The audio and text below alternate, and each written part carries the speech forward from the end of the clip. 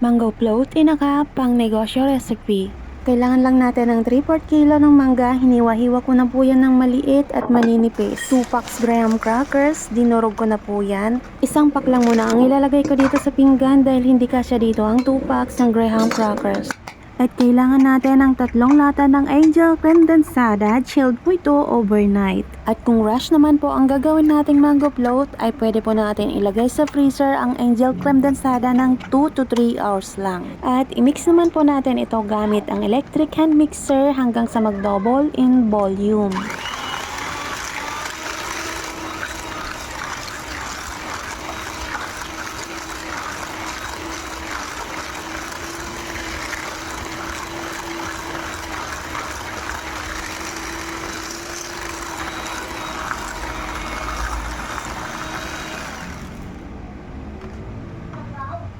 Scrape lang po natin paikot ang mga gilid para mahalo lahat. Magandang kapartner sa negosyo itong Netmego hand mixer dahil malakas talaga siya magpaalsa ng cream. Kaya malaki ang kinikita ko sa ganitong negosyo. Iniikot-ikot ko po talaga yung hand mixer sa pagmi-mix para maganda po talaga yung pag-alsa. Parang stand mixer lang, ganun.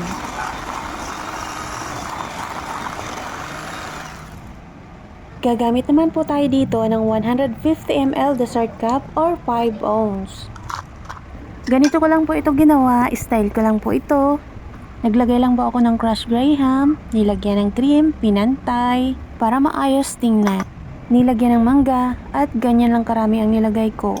220 ang kilo ng mangga, kaya hindi ko masyadong dinamihan ng paglalagay. Okay na yung ganyang karami, masarap at malasa na yan. Lagyan ulit ng crushed graham. Inayos at pinantay ko lang paglagay ng crushed graham para malinis tingnan, hindi makalat. Inayos at pinantay ko lang din ang paglalagay ng cream. Hindi ko pa sinukat ang paglalagay ng cream, basta nag-base lang po ako sa cup. Pinuno ko lang po ang cups. At nilagyan ko po ng toppings na crushed graham at mangga para attractive tingnan at nakakatakam.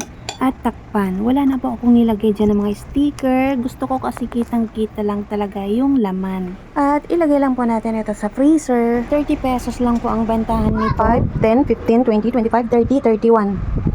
31 lahat. At kikita tayo dito ng 360 pesos.